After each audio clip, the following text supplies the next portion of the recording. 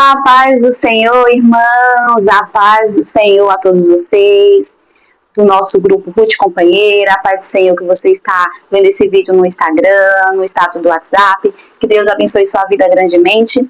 Meu nome é Vanessa, faço parte desse grupo de irmãs que está sendo direcionado por Deus para estarmos passando para todos vocês um pouco do que aprendemos da palavra de Deus e o que o Senhor Jesus tem falado conosco através da sua palavra. Eu quero compartilhar com vocês hoje, dando continuidade à nossa leitura do livro de Números, no capítulo 13 e no capítulo 14. Nesses dois capítulos, nós iremos falar sobre os 12 espias, sobre a rebelião do povo, sobre Moisés intercede pelo povo e sobre o castigo pela rebelião. Então, nós temos 4 títulos desses capítulos. E nós vamos iniciar dando continuidade à leitura no capítulo 13, no versículo 1. E o Senhor falou a Moisés dizendo: enviem homem para espiar a terra de Canaã, que eu darei aos israelitas. Envie um chefe de cada tribo de seus pais. E Moisés os enviou do deserto de Parã, segundo a ordem do Senhor. Todos aqueles homens eram chefes dos israelitas. Estes são seus nomes: da tribo de Ruben, Samuá; da tribo de Simeão, Safate; da tribo de Judá, Calebe; da tribo de Isacar, Igal; da tribo de Efraim, Oséias; da tribo de Benjamim, Paute; da tribo de Zebulon, Gardiel; da tribo de José, pela tribo de Manassés, Gadi; da tribo de Dan, Amiel; da tribo de Azer, Setu; da tribo de Naphtali, Nabi; da tribo de Gade, Jeuel. Estes são os nomes dos homens que Moisés enviou para espiar aquela terra.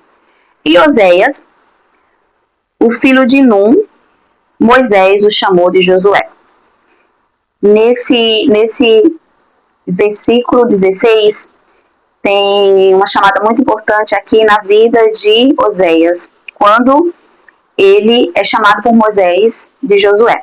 E no decorrer da nossa leitura, nós iremos ver a grandiosidade, né, da transformação desse nome, desse homem que o Senhor honrou grandiosamente a sua vida, que é o nome que se chamou de Oséias, se chamou Josué.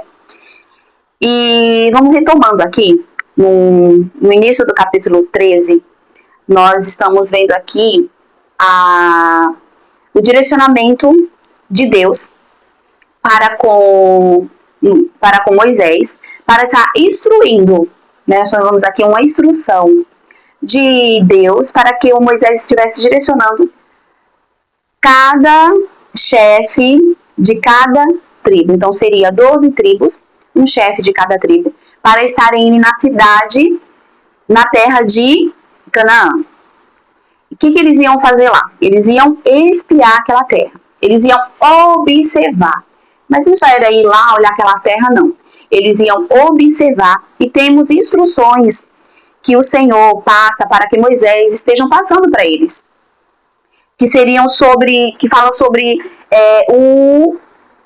o adjetivo daquele povo, a qualidade daquele povo, a quantidade daquele povo, a estrutura do local de Canaã, o benefício daquela terra. Então, todas essas instruções, o Senhor ele relata aqui no versículo 18, quando ele fala assim: e vejam a terra e o povo que habita nela. Eles tinham que visualizar aquela terra e os povos que habitavam naquela terra. Eles são fortes ou são fracos? Então ali eles estavam vendo a capacidade daquele povo, a resistência daquele povo. Eles eram fortes ou fracos?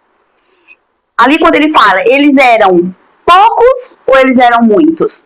A quantidade daquele povo era pouco ou muito? E quando ele fala, e como é a terra que habitam? Ela é boa ou ela é ruim? Qual a qualidade daquela terra? Você queria saber a qualidade daquela terra.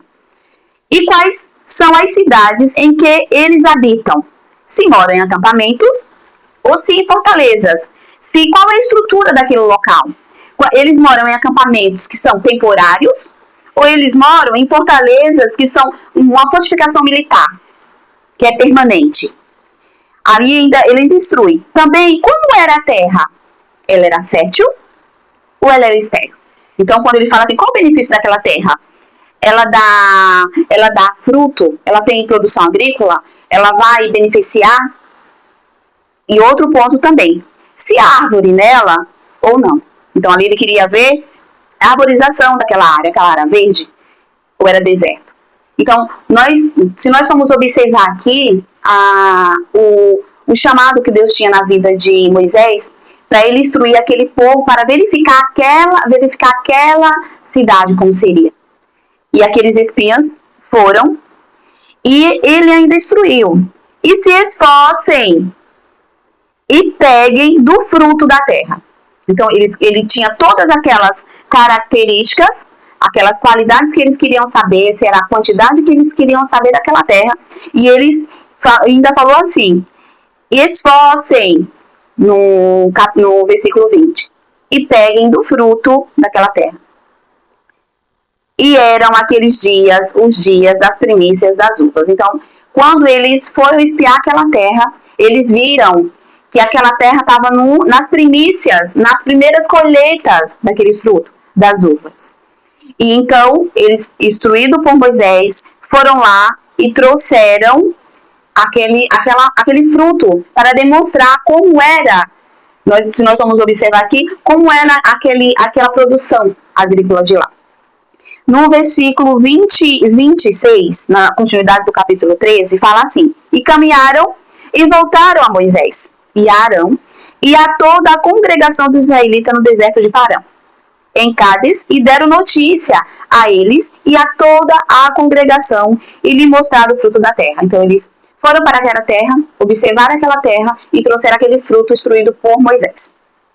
No 27, e lhe contaram e disseram, fomos à terra a qual nos enviaram, que seria a terra de Canaã, e verdadeiramente mana, leite e mel, e esse é o fruto.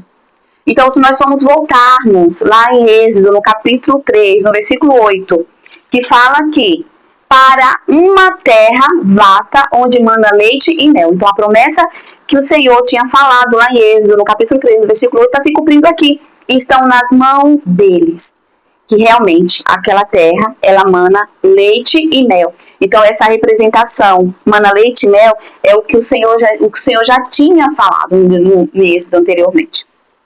Dando continuidade aqui, no 28, porém, o povo que habita nessa terra é poderoso. As cidades são fortificadas e muito grandes. E também vimos ali os filhos de Anak. Então, todas aquelas qualidades, aquelas quantidades, que Moisés tinha instruído a eles para verificar, eles verificaram. E ainda trouxeram o fruto das primícias da colheita. No 29, ele fala assim, os malequitas habitam na terra do sul, eles estavam passando para todos eles o que tinham visto, os amalequitas do sul, e os heteus, e os jebuseus, e os amorreus habitam nas montanhas, os cananeus habitam junto do mar e na margem do Jordão. Então ali eles observaram todos ao redor daquela terra, onde eles iam, quem iam estar, onde eles iam estar, e aqui eles caracterizaram cada parte daquela terra, quem estava. No 30 fala, então Caleb fez o povo ficar calado. O povo estava falando sobre o que tinha acontecido naquelas terras que eles tinham visto, e Caleb calou aquele povo perante Moisés e disse, certamente subiremos e possuiremos aquela terra em herança. Então ele tinha aquela convicção de que a terra que o Senhor tinha prometido para aquele povo era uma terra que manava leite e mel, e ele tinha convicção que subiremos e possuiremos aquela terra. porque seguramente prevaleceremos contra eles. Aqueles outros espiãs estavam falando que aquele que era terras que eram fortificadas, as características daquela terra, só que Caleb ele tinha um olhar diferenciado. Ele tinha a certeza de confiar no nosso Deus, que o nosso Deus ele fala e ele cumpre a promessa que ele tem em nossas vidas. E Caleb tinha essa convicção. Quando chega no escorrer da leitura, que fala no 32, no versículo 32, e difamaram a terra que tinha espiado, dizendo aos israelitas: a terra que espiamos é terra que consome os seus moradores, e todo o povo que vimos nela, tão homens de tão grandes estaturas. Então, aquela terra era a terra que habitava descendentes de gigantes. Então, eles já se atemorizaram diante de todas aquelas qualidades que eles tinham visto, diante daquelas características daquela terra.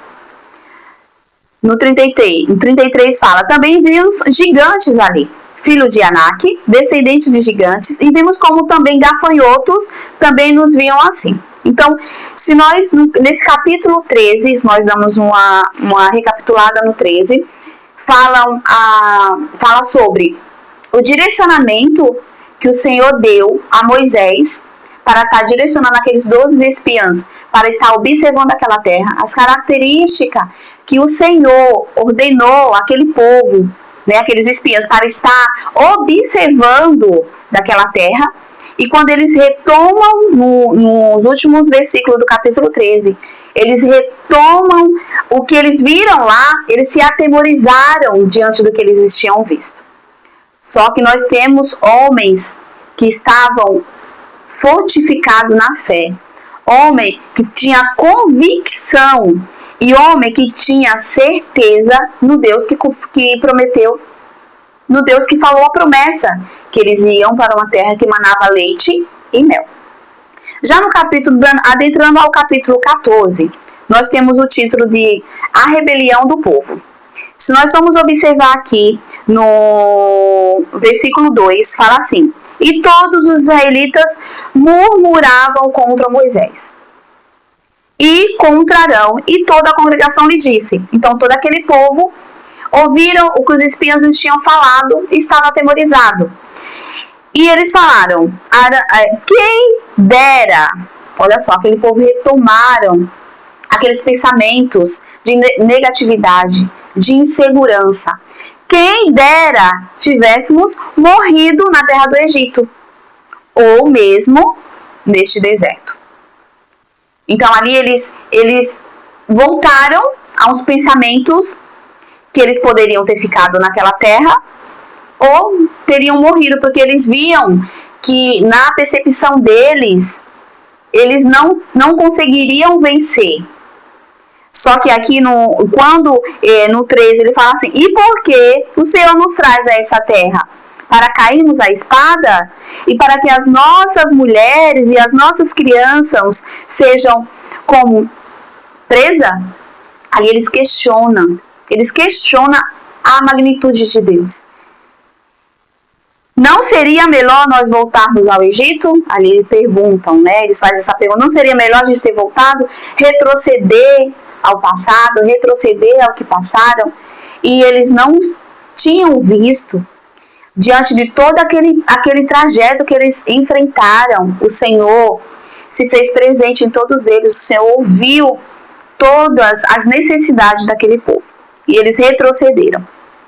E diziam uns aos outros: vamos escolher um chefe e voltar do Egito? Então ele estava negligenciando Moisés como líder daquele povo e já estava vendo alguém para direcionar eles para estar retomando ao Egito. Então Moisés e Arão caiu sobre os seus rostos perante toda a congregação do israelita. Eles ficaram entristecidos pelaquela situação. E Josué, que antes ele tinha que era o seu nome foi que era Osés, que o seu nome foi que Moisés nomeou como Josué, filho de Num, e Caleb, que foram dos dois que estavam no meio dos 12 espiãs que estavam vendo aquela terra, observando aquela terra, rasgaram as suas vestes. Nós sabemos que o rasgar a veste simboliza uma tristeza muito profunda, né?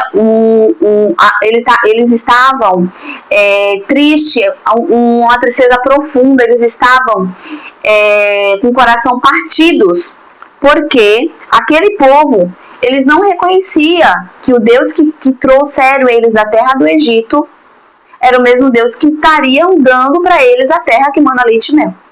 Então, quando eles rasgam a sua veste, simbolizando, né, simbolizando que eles não estavam contentes com aquela situação, que era uma tristeza muito profunda diante daquela situação, o Senhor fala para eles: e falaram todos da congregação israelita, dizendo: a terra que espiamos é uma terra muito boa. Josué e Caleb, eles foram naquela terra, eles especificaram aquelas terras, eles viram que é a terra muito boa, e eles relatam aqui no versículo 7. Se o Senhor se agradar de nós, então nos colocará nessa terra e nos dará essa terra que emana leite e mel. Eles falam de uma forma da grandiosidade de Deus. Se nós, ele fala para aquele povo, se o Senhor se agradar de nós, então nós nos colocaremos nessa terra, ele nos colocará nessa terra. Tão somente não sejamos o quê? Rebeldes contra o Senhor. E não temam o povo dessa terra, porque os devoraremos como nosso pão. Ficarão desamparados e o Senhor está conosco. Não os temes. Não temas. Então, quando Josué fala o que o Senhor tem falado com eles, então toda a congregação disse que os apedrejassem. Porém, a glória do Senhor apareceu na tenda do encontro e todos os israelitas. Então, quando Josué e Caleb rasgam suas vestes, simbolizando a tristeza profunda diante daquela situação, e eles falam, se o Senhor se agradar de nós, se não tão somente nós não fomos rebeldes, ele se inclui naquele povo, que nós não fomos rebeldes contra o Senhor, não temas aquele povo, não temas essa terra, porque nós iremos vencer. Só que o que foi que eles fizeram? Os israelitas, eles pegaram e falaram para apedrejarem eles. Porém, o Senhor, como ele é misericordioso, o Senhor viu aquela cena e a glória do Senhor apareceu na tenda do encontro a todos os israelitas naquele momento. E se nós vamos focar nesse ponto, na grandiosidade do nosso Deus, quando ele viu que aquele povo estava sendo rebelde a esse ponto de querer retomar a terra do qual o Senhor os livrou, e Moisés, vendo aquela situação, e Caleb e Josué naquela situação também, falando para eles que se nós tão somente deixarmos de sermos rebeldes, nós tão somente agradar ao Senhor, se nós obedecemos ao nosso Deus, nós venceremos. Não temas, né?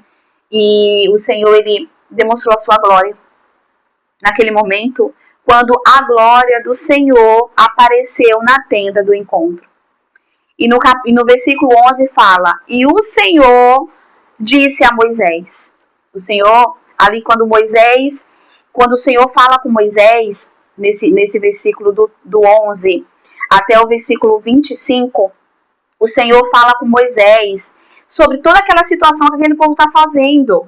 Até quando este povo me provocará? Até quando não crerá em mim? Apesar de todos os sinais que fiz no meio deles, o Senhor, ele fala a Moisés, pergunta a Moisés, como esse povo pode, dessa forma, de tudo que o Senhor já fez, aquele povo ainda quererem ser contra o que Deus colocou para eles. E ali o Senhor, ele fala que vou feri-lo com petilência e o rejeitarei. Eu farei de você um povo maior e mais forte do que este. Então, se nós formos ver aqui no versículo 21, porém, fala assim, porém, juro pela glória do Senhor que enche toda a terra, todos os homens que virá a minha glória e os meus sinais que fiz do Egito e do deserto e me tentarem 10 vezes não obedecerem a minha voz, não verão a terra que jurei aos meus pais, nem dos que me provocaram haverá. Porém, o meu servo, Caleb, nele houve espírito e perseverou e em me seguir. Eu o levarei à terra que espiou e a sua descendência o possuirá em herança. Os amalequitas e os cananeus habitam no vale, retornem amanhã e vão para o deserto pelo caminho do Mar Vermelho. Então aqui o Senhor, ele viu, aqui quando Moisés, o Senhor pergunta para Moisés, o Senhor diz a Moisés sobre a desobediência daquele povo. E Moisés, mais uma vez, como líder daquele povo, intercede pela vida daquele povo, intercede pelaquela nação. E o Senhor, ele fala aqui no versículo que, porém, o meu servo, Caleb, nele houve espírito e perseverou. Então, ali o Senhor demonstrou, e o Senhor reconheceu que Caleb, no meio daqueles espiãs que estavam vendo aquela terra, ele viu quando ele falou, eu certamente